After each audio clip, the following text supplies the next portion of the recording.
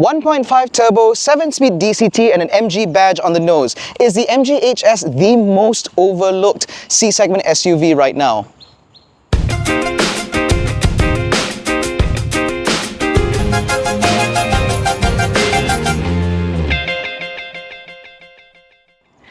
Now, the MG HS, as I mentioned earlier, is a C-segment SUV, which means that this car competes against vehicles like the Mazda CX-5, the Honda CR-V, and the PROTON X70.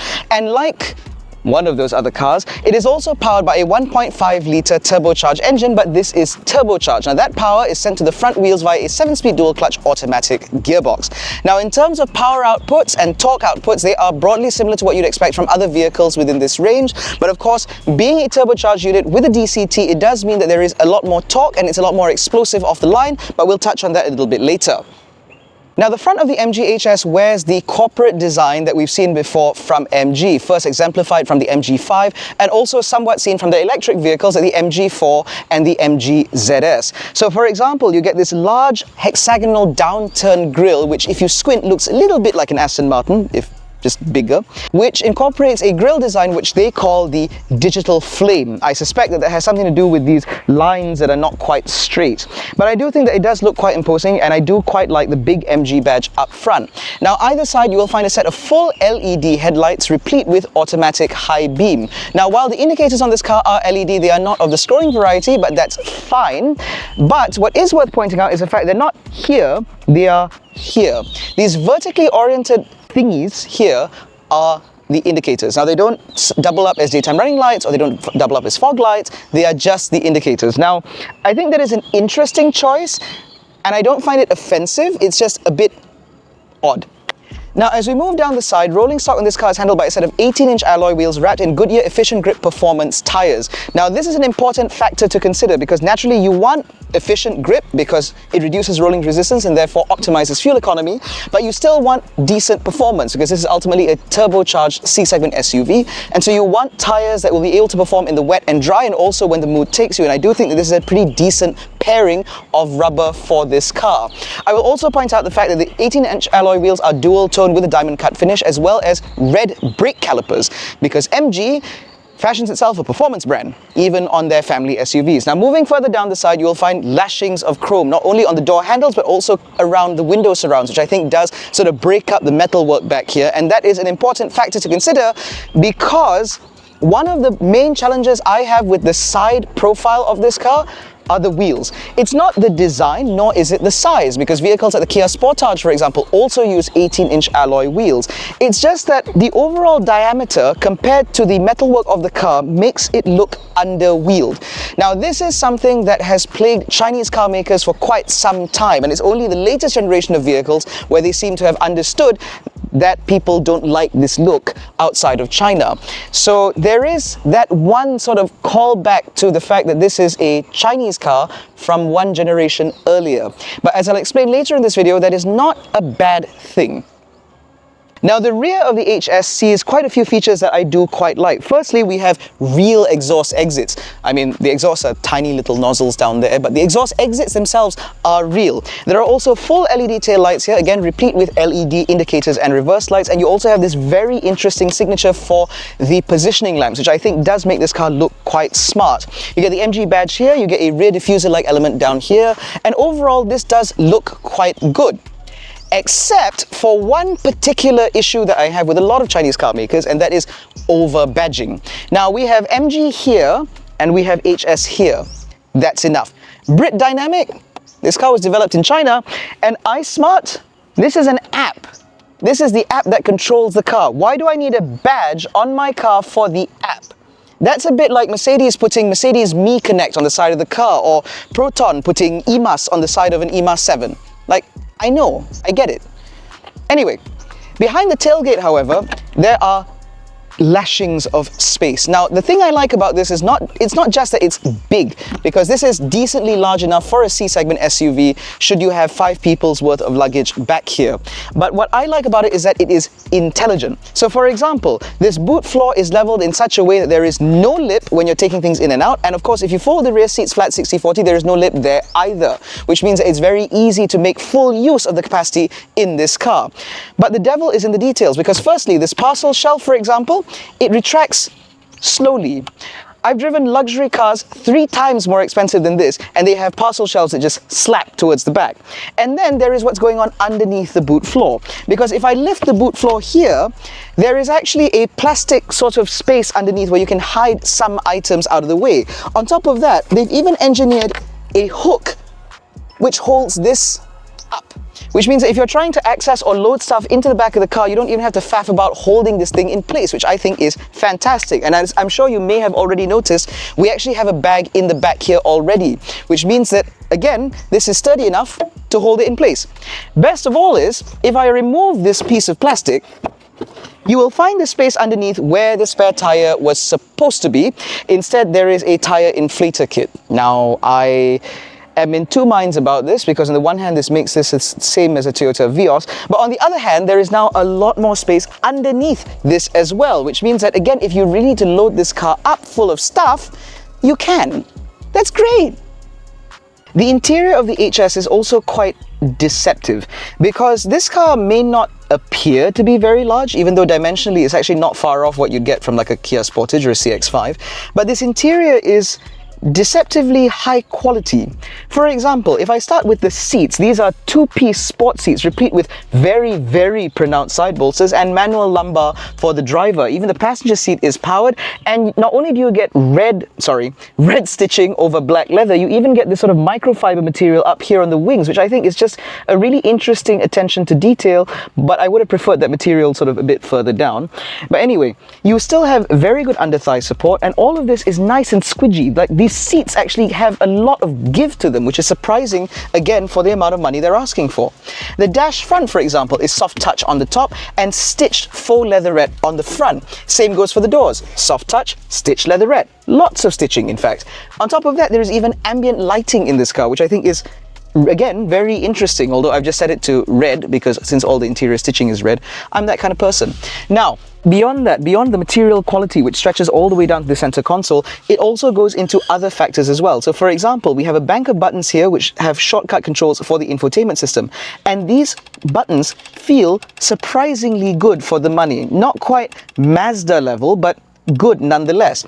The same goes for the fact this car comes as standard with a panoramic sunroof, which not only opens but also has a powered sunshade. I can't believe I have to mention that because trends have changed.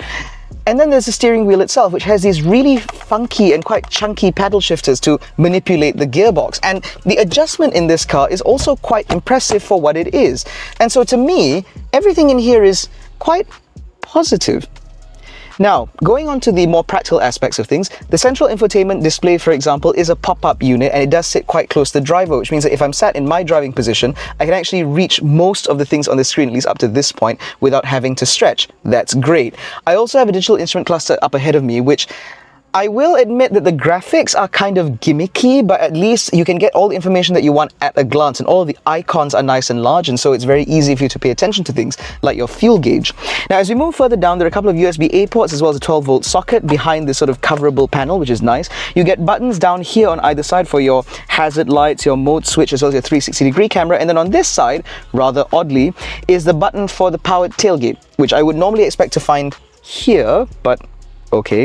But this car also comes with hill descent control and an electronic parking brake. Down here there is a small cubby which is actually long enough to fit my unusually long phone, as well as a couple of cup holders, although if you don't want them to be cup holders, you can remove the central divider for maximum practicality. And of course, if you want to hide everything in here, you can always close it up with this surprisingly nice rubber cover.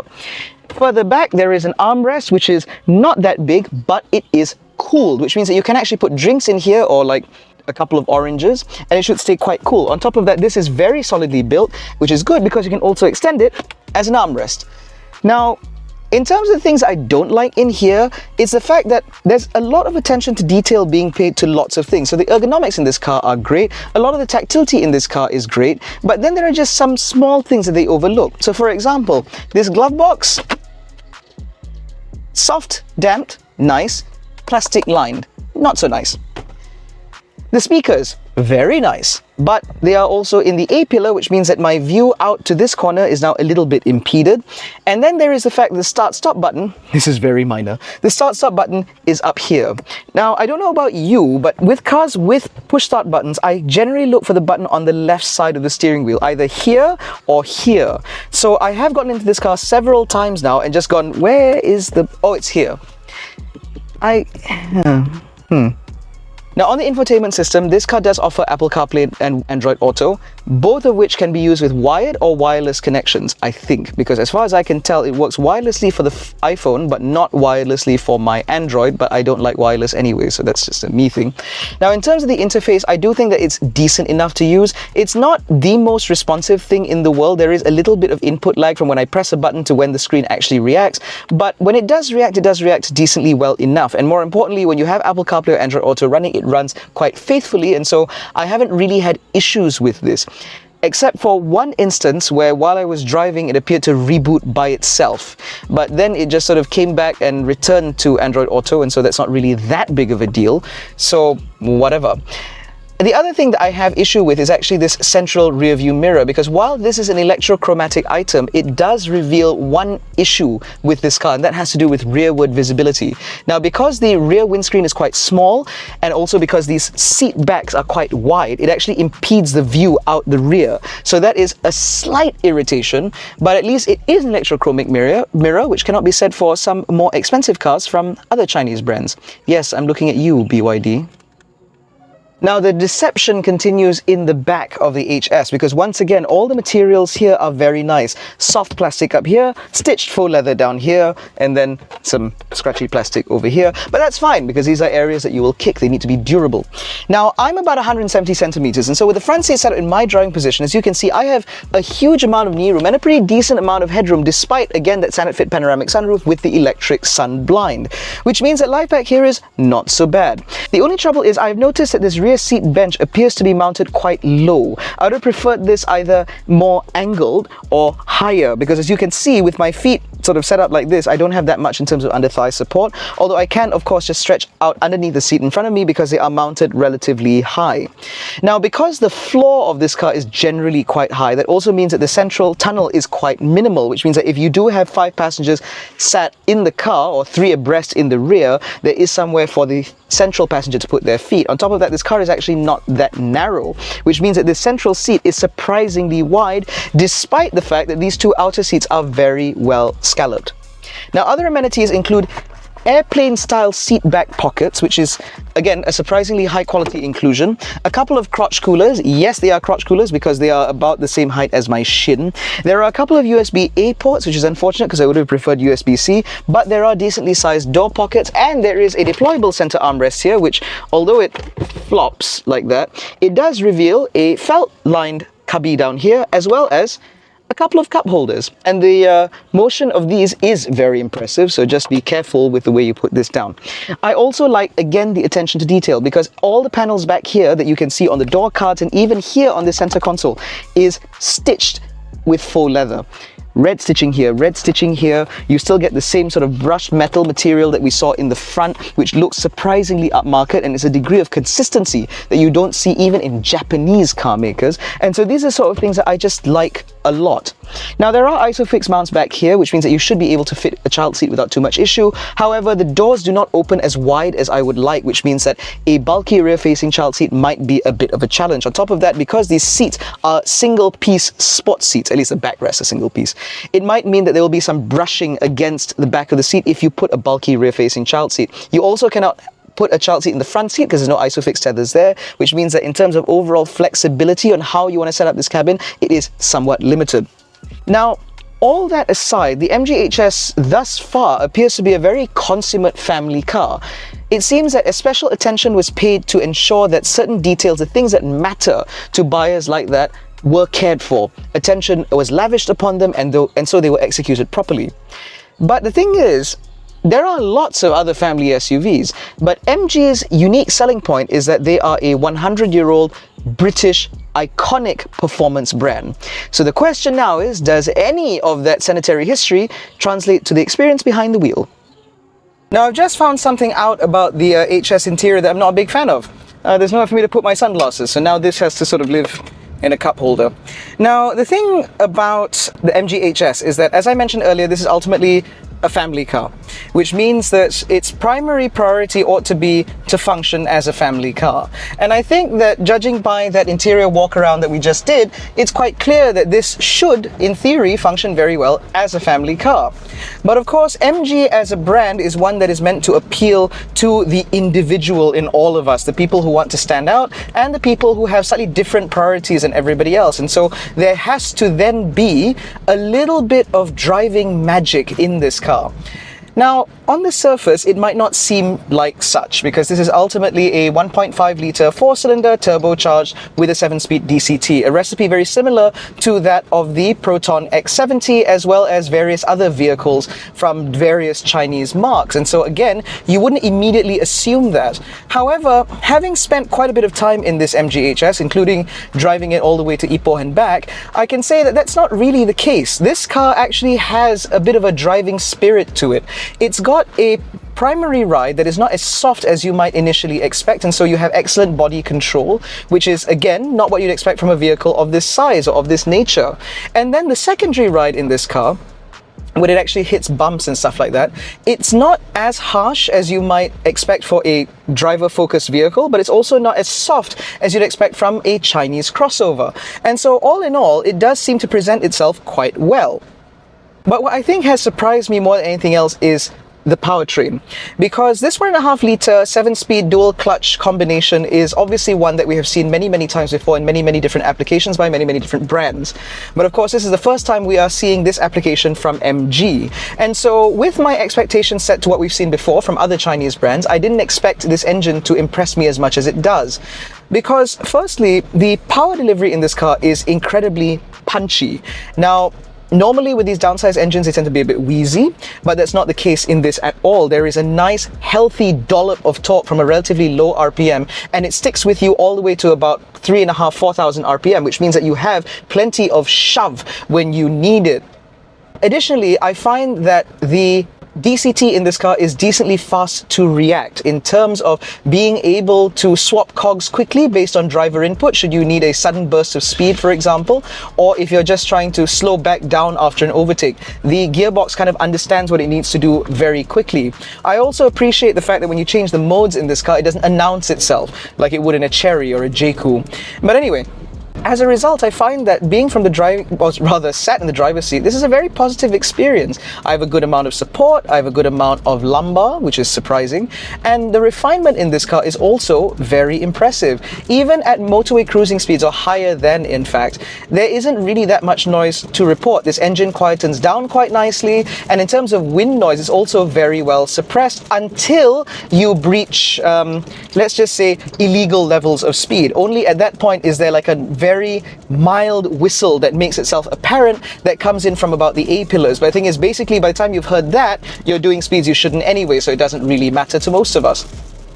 And then, of course, because it's that refined, it just feels like the sort of car that you are able to cover a great amount of distance in if you want to. That, to me, is a very positive thing, because for a lot of buyers of C-segment SUVs, they want a car that is able to accommodate their adventures as a family. When they want to go out, when they want to go and drive, when they want to go and try something new, they want a car that's able to do a little bit of everything. And I feel that this car is very well suited for that.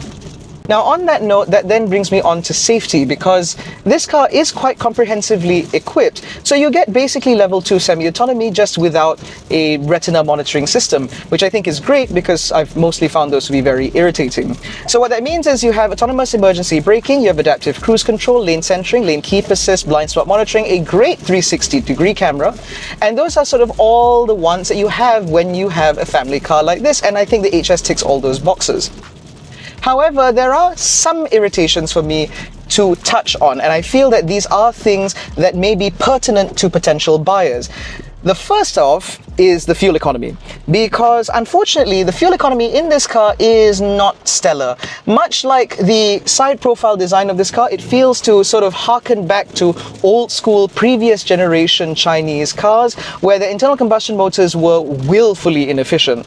And this unfortunately seems to be from that sort of era.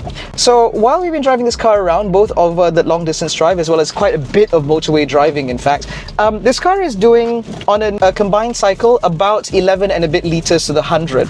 Now bear in mind this is broadly similar to the fuel consumption figures that we got from the original 1.8 PROTON X70 and the pre-facelift PROTON X70 at that, which informs me that this is basically what Chinese cars are like when they're fitted with internal combustion engine. This is also what we've seen from the 1.5 litre in the Moda 5 as well as the Tiggo 7 Pro, the latter of course being more comparable to the HS.